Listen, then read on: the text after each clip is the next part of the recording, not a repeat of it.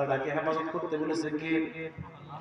আল্লাহ কয় বিশ্ব নবী জনাবে মুহাম্মদ রাসূলুল্লাহ সাল্লাল্লাহু আলাইহি ওয়াসাল্লাম বলেন সেই তো প্রকৃত মুমিন, সেই তো প্রকৃত ইমানদার যার হাত এবং জবান থেকে আরেক মুসলমান নিরাপদ। কি পথ? ও বাপজান কথা কি বুঝেন না? নিরাপদ। আল্লাহ সুবহানাহু ওয়া তাআলার পয়গম্বর ডাক দিয়ে কয় প্রকৃত মুমিন তো সেই রে যে একজন ভাই তার হাত আর জবান থেকে যদি হেফাজতে থাকে ওটাই হলো প্রকৃত মুমিন। আল্লাহ রাব্বুল আলামিন বলেন মুমিন যেন অনর্থক কথা না বলে, তার জবান থেকে যেন ভালো কথা ছাড়া মন্দ কথা না বের হয়, গালি দেওয়া যাবে মানুষকে। এরা হলো সফলকাম মুমিন। আল্লাহ রাব্বুল আলামিন বলতেছেন ওয়াল্লাযীনা হুম লিয-যাকাতি ফাঈলুন। মুমিনের আরেকটা গুণ বৈশিষ্ট্য যাকাত আদায় করে দিবে, যাকাত ভিত্তিক অর্থনৈতিক জন্য আন্দোলন করবে। আল্লাহ রাব্বুল আলামিন ওয়াল্লাযীনা হুম লিফুরুজিহিম হাফিজুন।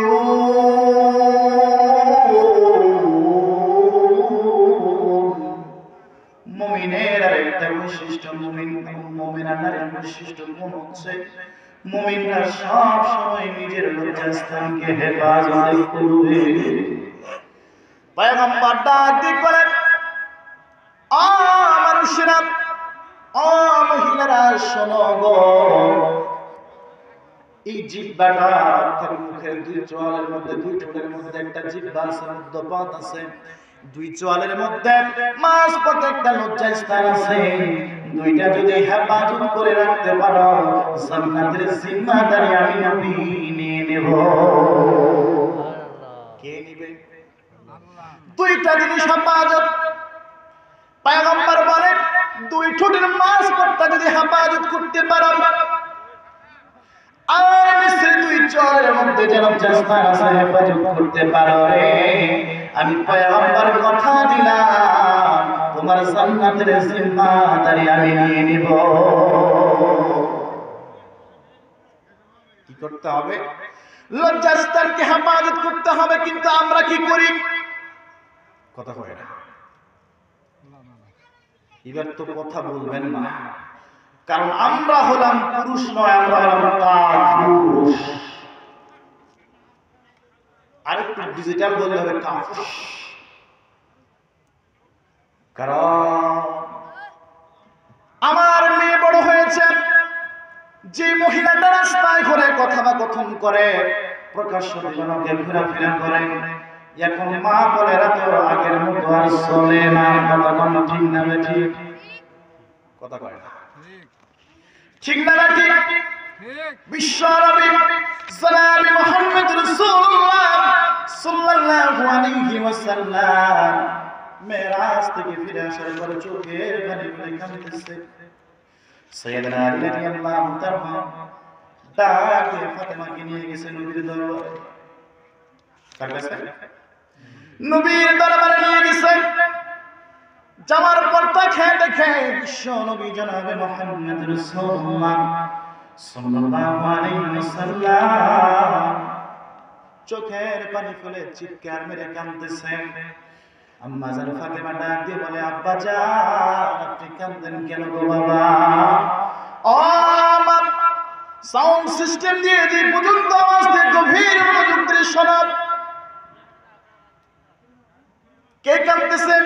বিশ্ব নবী জনাবে মুহাম্মদ রাসূলুল্লাহ সাল্লাল্লাহু আলাইহি ওয়াসাল্লাম চোখের পানি ফেলে কাঁদে। আম্মা জান ফাতেমা ডাক দিয়ে কয় বাবা কাঁদেন কেন? কি দুঃখে কাঁদেন গো বাবা? বলবেন নি? আমার নবী ডাক দিয়ে কয় মা ফাতেমা, মেরাজে গিয়েছিলাম জাহান্নামে যখন দেখি রে আমার লক্ষ লক্ষ মহিলা জাহান্নামের আগুনে দৌড়াদৌড় করে চলে। কেমনে চলে? প্রথম নাম্বার বৈশিষ্ট্য দেখায় দিব না বলবো, একটু বলেন কোনটা? দেখায় দিব না বলবো। আগের মা বোন পয়গম্বর বলেন কোন মা বোন যদি নিজের এই বুকের স্থানটাকে এমন ভাবে ওড়না পেছাবে, পাঁচটা পেট যদি না যায়, তার যদি আবরণ বোঝা যায়। পয়গম্বর তিনবার বলে এই মহিলা জেনাকারিনী, ব্যভিচারিণী, অথচ সে জেনা করে নাই, অথচ সে জেনা করেনি। কেন? এই বুকের স্থানটা মা গো, তোমার দেহটাকে আল্লাহ জান্নাতে বানাইছে। মা গো, তোমার দেহটা বড় শ্রেষ্ঠ দেহ রে মা, বুঝাইতে পারি না রে মা, তোমার শরীরটা বড় দামি রে মা। তোমার জবানটা বড় দামি, কারণ তোমার মতো মায়ের পেট থেকে মুহাম্মদ রাসূলুল্লাহ সাল্লাল্লাহু আলাইহি ওয়াসাল্লাম জন্মগ্রহণ করে রে। তোমার মতো মার পেট থেকে খাজা মুঈনুদ্দিন চিশতি রাহমাতুল্লাহ আলাইহি জন্মগ্রহণ করে। তোমার মতো মার পেট থেকে জামানের শ্রেষ্ঠ ওলি আল্লাহ রাব্বুল আলামিন যাকে ওলিপুরের শিরোমণি বলে পাঠিয়েছেন, নাম আব্দুল কাদের জিলানী রাহমাতুল্লাহি আলাইহি। তোমার পেট থেকে তুই বাইরে এসেছে। আমার তোমার পেট, তোমার শরীরটা বড় শ্রেষ্ঠ রে মা, কিভাবে বুঝাবো? এই জন্যই তো তোমার সৃষ্টিটাই তো হচ্ছে জান্নাতের ভিতরে, আর আমার বাবার সৃষ্টি হয়েছে জান্নাতের ভিতরে না বাইরে, খোলা মাঠে। 40 খানা জান্নাতের ভিতরে আবরণ দিয়ে মা তোমাকে বানিয়েছে। এই শরীরটা বড় দামি রে মা, এই জন্যই পয়গম্বর বলে যে মা চুল ছাড়ে করে ঘুরে বেড়ায়, উসানিসা দেখা যায়। পয়গম্বর ডাক দিয়ে মা রে, যদি আবরণ দেখা যায়, বোঝা যায় জানা তুমি করনি, তারপর তুমি ব্যভিচারিণী কে বলেছে। পয়গম্বর প্রথম নাম্বার কারণ বলে মারে, জাহান্নামে দেখলাম 6 শ্রেণীর মহিলা জাহান্নামে অবস্থান করতেছে, বিভিন্ন রকম সাজা তাদেরকে দিয়েছে। প্রথম নাম্বার কারণ বলবো নাকি বলে ভাবছেন কথা না বললে কিন্তু বলবো না, এই নিলাম বলবো কথা কন না যে। প্রথম নাম্বার কারণ হচ্ছে বলবো না, দেখায় দিলে ভালো হয় নাকি। আগে আমার মা বোনেরা পড়তো এইভাবে, আমরা স্কুলে তো লেখাপড়া করেছি, আমি স্কুলের ছাত্র, রাজশাহী কলেজের ছাত্র, গণিত বিভাগে লেখাপড়া করেছি, ঢাকা বাংলা কলেজে পড়েছি। আমি তো দেখি বাংলাদেশের 1.5 শতাধিক কলেজে আমি গিয়েছি, ইউনিভার্সিটিতে পরীক্ষা দিয়েছি। তা আগে দেখতাম আমার বোনেরা ইনকো পড়ে, বাবারে আমার ভাইরা কিন্তু পড়ে এনকো, আর এখন দেখি এনকো। দেখতে পাচ্ছেন এখন কি এনকো। পয়গম্বর বলেন সেই মহিলা, প্রথম শ্রেণীর মহিলা হচ্ছে যে মা, যে বোন জাহান্নামের মধ্যে অবস্থান করতেছে। প্রথম নম্বর সেই বোন, সেই মা চুল ঢেকে বেড়ায় না, ছেড়ে দিয়ে বেড়ায়। ওনাপুরের কথাটা আমি বলবো না, বললে কিন্তু কান থেকে ভাত আর আসবে না। তাই বেঠারে কত কষ্ট করে মজা করে তোমারে খাওয়ায়, সবচেয়ে ভালোটা তোমার দেয়, তুমি আমার বিরুদ্ধে কথা কও। জানি তুমি আমাকে জন্ম দাও না, তুমি আমার মা, আমি তোমাকে জাহান্নাম থেকে বাঁচানোর জন্য বললাম রে মা, কাল থেকে তওবা কর, চুলটা ছেড়ে চুলদার কাউকে দেখাবি না। কারণ পয়গম্বর বলেন ওই মহিলাকে দেখলাম, যে মহিলা পৃথিবীর জমিনে চুলগুলো ছেড়ে দিয়ে বেড়ায়, তার চুলের উপর আল্লাহ সুবহানাহু ওয়া তাআলা বেঁধে দিয়ে নিজের দেহটাকে ঝুলিয়ে দিয়েছে। জাহান্নামের মধ্যে মহিলা চিৎকার করতেছে। দ্বিতীয় নম্বর সেই মহিলা, যেই মহিলা স্বামীকে কুটো কথা বলে কষ্ট দেয়। কি করে? কুটো কথা দেয়। কুটো কথা কেমন জানেননি? তোর সাথে সংসার করে জীবনটা শেষ হয়ে গেল, বলে না। আলোচনা করা তো ভুল, আমি তো এখনো বিয়ে করিনি। কিন্তু শুনি তো বিচার তো আমার কাছে আসে 2014 সাল থেকে এই পর্যন্ত ইমামতি করতেছি, কত যে বিচার আসছে, হুজুর একটু দোয়া করেন, কি যে অশান্তি আছে। এরপরে আলোচনা করব 7 গুণের মধ্যে এই ঘরটা সেই ঘর যে ঘরের স্ত্রী স্বামীকে মানে না সাক্ষাৎ, সেই ঘরটা পৃথিবীর জমিনেই জাহান্নামে পরিণত হয়ে গেছে। এর আগে বলিরে মা, স্বামী হচ্ছে সেই জিনিস পয়গম্বর আলাইহিস সালাতু ওয়াস সালাম বলে পৃথিবীর জমিনে আল্লাহর পরে যদি কাউকে সিজদা করা হতো, করা লাগতো, আমার আল্লাহ যদি অনুমতি দিত রে প্রত্যেকটা স্ত্রীকে স্বামীর পায়ে সিজদা করতে দিতাম। কি কয় আল্লাহ?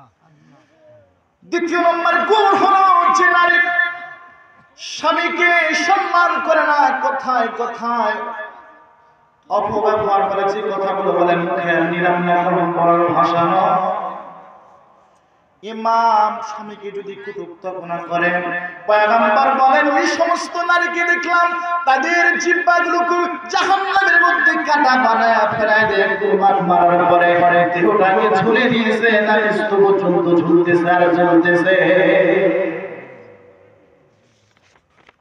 প্রথম নাম্বার কারণ কি? চুল। জোরে কর, আরেকবার জোর হলো না। প্রথম নাম্বার কারণ হলো চুল ছাড়া। আমাদের মা বোনরা আছে না? দ্বিতীয় নাম্বার কারণ স্বামীকে কটুক্তি করে।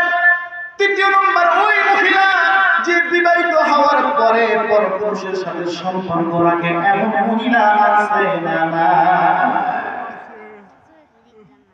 আগে ছিল শহরে, এখন গ্রাম অঞ্চলে। সামনে আসতেছে কিসের দিন? 14 ফেব্রুয়ারি, ভ্যালেন্টাইন্স ডে। ওরা কয় ভালোবাসা দিবস, আমরা কই কুত্তা কুত্তি দিবস। কুত্তাও সময় নেই। কুত্তা যেমন নিরুজ্জব বেহায়া বেহাপনা, যার কোনো আল্লাহ সুবহানাহু ওয়া তাআলা তাকে নিকৃষ্ট বানিয়েছে।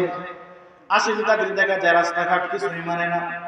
সৃষ্টির শ্রেষ্ঠ মানুষ ও যুবক, জানি কোন কাজে ব্যস্ত আছো। তোমার মতো যুবক আমি 25+ বয়স, এই সময় তুমি কি করো সেটা কিন্তু আমি ভালো করেই জানি। যুবক মনে করে সব যেখানে মাহফিল না আসার পরে কোরআনের মাহফিলে দেখবে আর ওদের আমি সুযোগে শব্দ ব্যবহার বড় কথায় কথা কয়, সুযোগে শব্দ ব্যবহার না, সুযোগে কেউ শব্দ ব্যবহার করে না, সুযোগে সব সময় মানুষ অশব্দ ব্যবহার আচরণ করে। যুবকরা কিছু যুবক সুযোগ নিছে গম বাড়ি, আরো ভেঙে বলবো, কিছু যুবক এদিক তাফসীর মাহফিল হচ্ছে, আরেক কয় আমরাও তাফসীর করব। সামনে শাবাসপুরের কথা বললাম, কিন্তু নিয়ে ফেলেছি ছোট্ট ক্লাস 8 এ।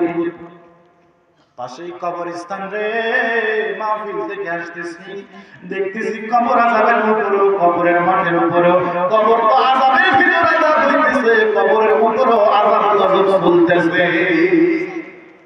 সুখে দেখছি বাবা, কবরের উপর মানে না, এদিকে মাহফিল হয়, এদিকে কি হয়? কবরের উপর আযাব আছে। তো পয়গম্বর বলেন ওই সেই নারী যে নারী বিবাহিত হওয়ার পরেও পার পুরুষের সাথে সে সম্পর্ক রাখে, পয়গম্বর বলে তার স্তনের মধ্যে পেটে আল্লাহ কাঁটা মেরে ঝুলন্ত অবস্থায় জাহান্নামের মধ্যে রেখেছে।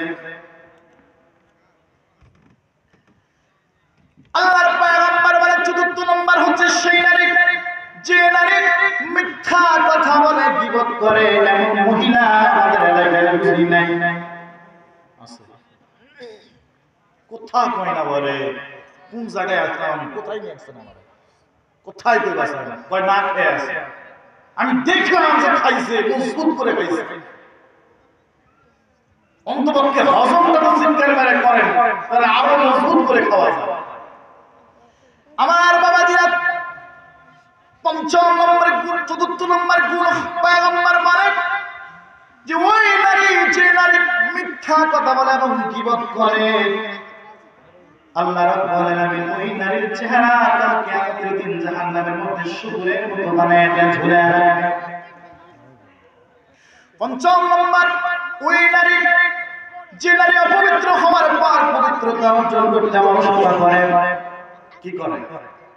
মানে ফরজ গোসল হয়ে গেছে, অবস্থা করতেছে, সবাস হয়ে গেছে, কিন্তু নারী গোসল করতে চায় না। এমন নারীকে কাল কিয়ামতের দিন জাহান্নামে অবস্থান করতে হবে। ৬ষ্ঠ নম্বর গুণ হচ্ছে সেই মহিলা, ওই নারী পয়গম্বর বলে যে অন্যের সুখ দেখলে সয় না, হিংসা করে।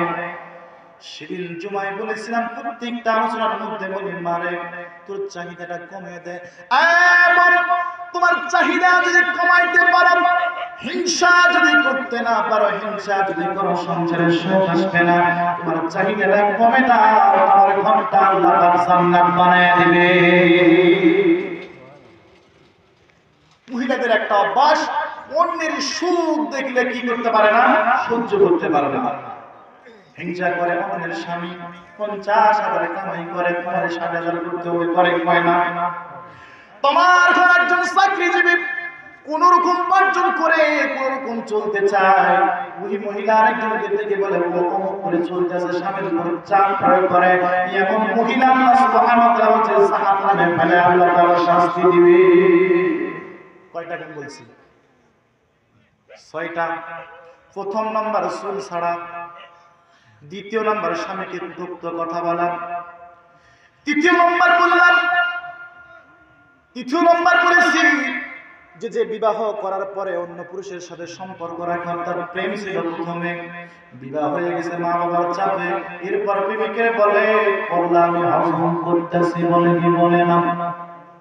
আপনারা হয়তো পারেন না, কিন্তু বলে। ওই তো বললাম কলেজে পড়ছি তো, ল্যাবের মধ্যে কথা শুনতেছে, তাই বন্ধু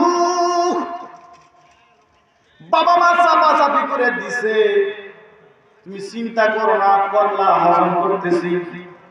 বন্ধুরা আস দেয়, যাইলাম না। ৪র্থ নাম্বার কথা বললাম যে মহিলা পবিত্র হওয়ার পর পবিত্রতা হতে অলসতা করে। ৫ম নাম্বার বলেছি যে মহিলা গীবত করে, মিথ্যা কথা বলে।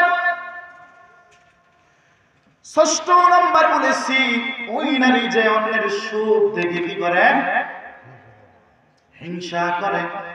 এবার মা বোনরা বলে এতগুলা জাহান্নামের কারণ বললাম, কিন্তু আমাদেরকে কি আশ্বাস দিবে না?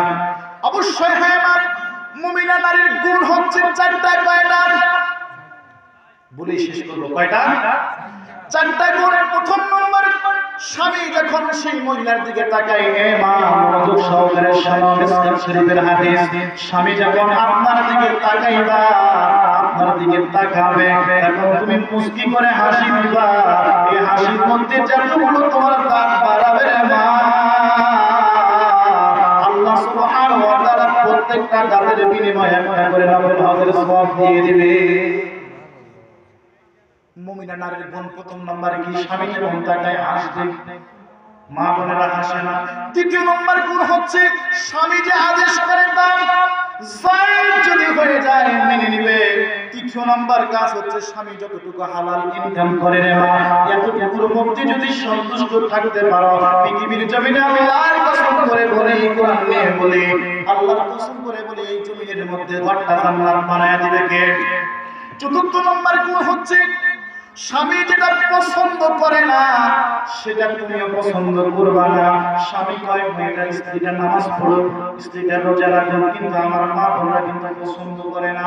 স্বামী চায় মা বাবার সঙ্গে একসঙ্গে থাকতে রে, কিন্তু বর্তমান স্ত্রীরা আর পছন্দ করে না। এর নাম হলো আন্নারা, মানে এমন মহিলা, ইহুদি নারীর গুণ, যে মহিলা বলে যা ইনকাম করেছো আমার আছে এমন কোন নারী? বন্ধুরা শেষ করলাম, যেহেতু আজান হয়ে গেছে, আমার সময় শেষ হয়ে গেছে, অনেক সময় নিয়েছি। যেহেতু আমি আপনাদের কাছাকাছি আছি, ইনশাআল্লাহ বাকি আলোচনা শোনায় দেব তোমার দিনে। আরো যদি হয় আশেপাশেই মাহফিল আছে, ইনশাআল্লাহ হবে। আপনারা সকলে দাওয়াত, সামনে 24 তারিখে বাহারপুর আছে, আপনারা যাবেন ইনশাআল্লাহ।